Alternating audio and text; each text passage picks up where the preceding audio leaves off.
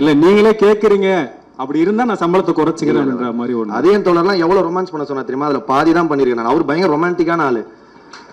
ஏய் என்னடா கிஸ்ஸே பண்ண மாட்டேன், பண்ணிடுறான்றாரு. சார் பண்ணிட்டே எப்படி சார் இருக்க முடியும்? அந்த பொண்ணு என்ன சார் நினைக்கும், தேவையெல்லாம் பண்ணிட்டேன் நினைக்காதனா, மச்சி குர்றா மச்சியா ஒண்ணு குர்றா அப்படின்வாரு. நல்லா குர்றா அப்படின்வாரு. Is a very romantic person. So அவர் சொன்னதுல ஒரு 5% நான் பண்ணியிருக்கேன் அந்த படத்துல. அதனால நீங்க என்ன குறை சொல்லக்கூடாது. அடியன் தோழர் ஏறும்போது இந்த கேள்வியை கேளுங்க, ஏன் அவ்வளவு முத்த காட்சிகள் வச்சார்? பேன் இண்டியா போல சுத்துறதுனால இங்க டேட் தர மாட்டீங்க ஒழுங்கா. இப்படி சொல்லி தான் எங்கேயுமே கூப்பிட மாட்டாங்க இப்போ.